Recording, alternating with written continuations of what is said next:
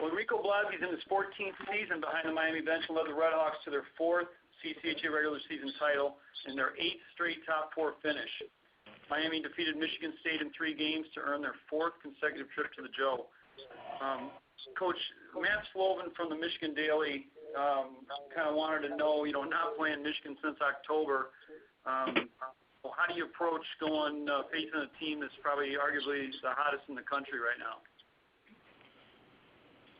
Well, just like you would approach any time you play a Michigan team, you got to prepare well during the week, and you got to make sure that you're focused on doing the little things right and playing an intense game. Obviously, over the years, it's become a pretty good rivalry between us and Michigan, and we feel that Saturday will be no different. The place will be rocking, and we'll have to be ready to go.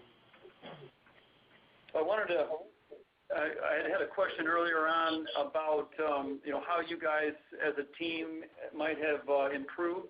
The Redhawks improved since the last time you played Michigan in October. What kind of maybe growth or changes in the team, if anything?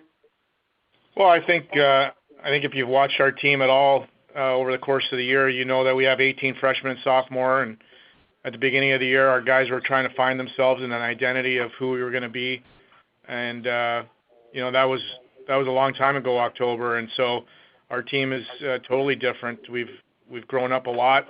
This team has come together. They have a pretty good identity of who they are and how they want to play from night in to night out, and the guys have done a real good job, and our captain, Steven Spinell, has done a great job in making sure that our guys are reminded of that every day. Well, I know you talked about a little bit about playing a good Michigan team, but I've been getting multiple questions. Is there something that you can speak to towards maybe what you guys have to do to kind of stop that momentum that they have? Well, I guess we're going to have to show up on Saturday and play the game, Phil. I don't know what else to tell you, but we're going to, Michigan is a great team. They've got a great program. They're a historic program. They've been to the Joe 24 years in a row. I mean, I don't know what else to tell you. They're the hottest team in the country. We got to show up and play our game and see what happens. You got to stay out of the box against Michigan teams. You've got to take care of the puck. You got to do all the things that you would do on any weekend that you would play Michigan. They're that good. They're that dangerous. So, it's going to be a huge challenge for us. They're the team to beat right now, and hopefully we can put our best foot forward. Understand. I got a question from Rory Glenn of the Cincinnati Enquirer. How gratifying, Rico, was it to see the players and how they responded in games 2 and 3 of the series at Michigan State after coming out sort of flat in game 1? Well, I didn't think we were that flat in game 1. We had some pretty good chances. I thought Hildebrand played pretty good on Friday. We hit the post a couple of times. We did a lot of good things, I thought, in the second and third period that carried over into Saturday and Sunday. This team has done this all year. It's just a very resilient group that one of the things we focused on all year is just being in the moment, and I thought we did that this weekend and just took the games one by one and not worried about, whether we won the night before or lost the night before. It's why they call it a series, and I thought our guys did a good job of focusing on that. Well, some of your guys have talked about that, like just putting the Friday night behind you for whatever reason, whether it was a shutout and coming out Saturday like a new team. And I think Avish Kalra of College Hockey News had asked about goaltender Ryan McKay's ability, to bounce back from a Friday night loss. Is that kind of the same thing as you were thinking with the players, but specifically the goaltender to be able to do that, especially a freshman?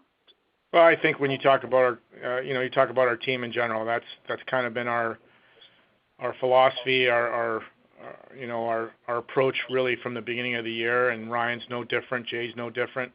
I think the goalies have an ability to do that anyway. I think you probably could learn a lot from goalies, and not just from game to game, but from shift to shift.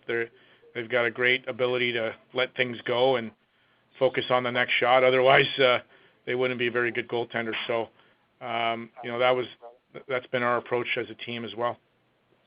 Well, I have to ask. I'm getting it from all sides, Coach. It's have you settled on McKay for Saturday, or is that yet to be determined? Well, part of our preparation is, looking back and seeing what worked against Michigan back in October, and Jay Williams played really well against them and did a nice job. So, we'll make that determination on Friday, but we feel pretty comfortable with both goalies.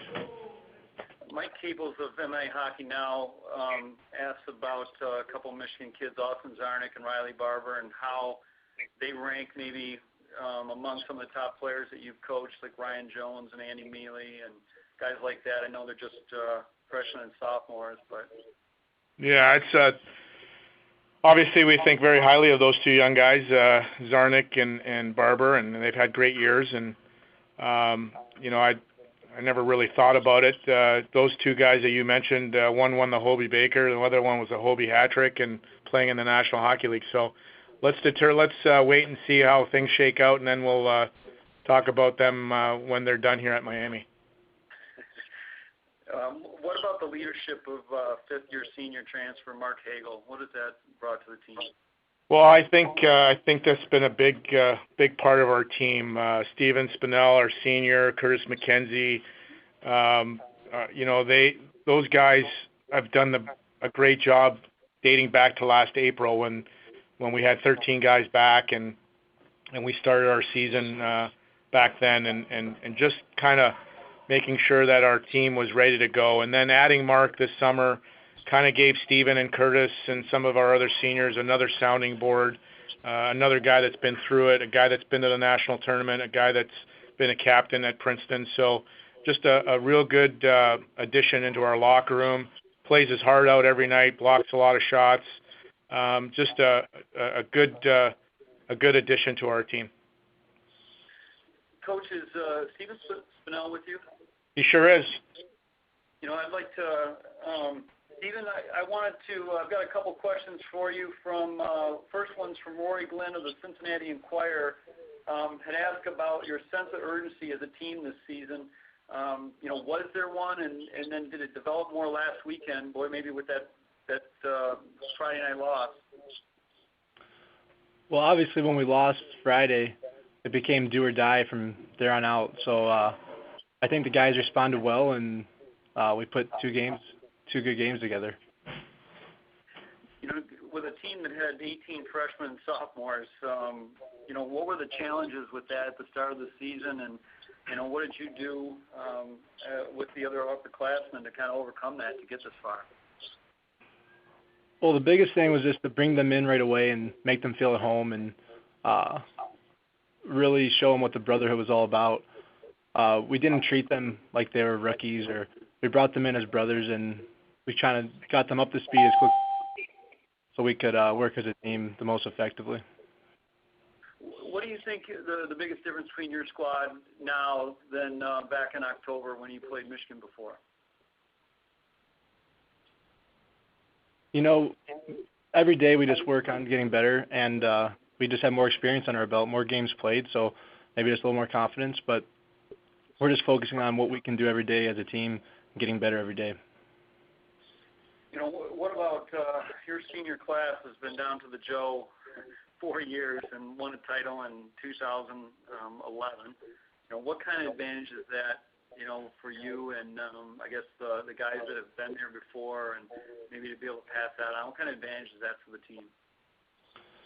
Well, just, from being there, we'll be able to kind of bring the younger guys that haven't done it yet, and, they know we've been there, we've won it, so we'll have that confidence, and they'll believe in us and follow our lead. Well, I appreciate the time, Steven, and good luck this weekend, and hope to see you down the road. Great, thank you.